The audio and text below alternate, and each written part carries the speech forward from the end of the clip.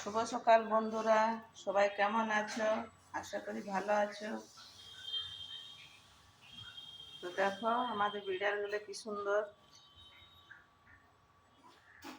সব দুধ খাচ্ছে ওর মায়ের। কিউটি, দেখ কিউটি, দেখো সব কি সুন্দর দুধ খাচ্ছে। কিউটি শুনবে না এখন।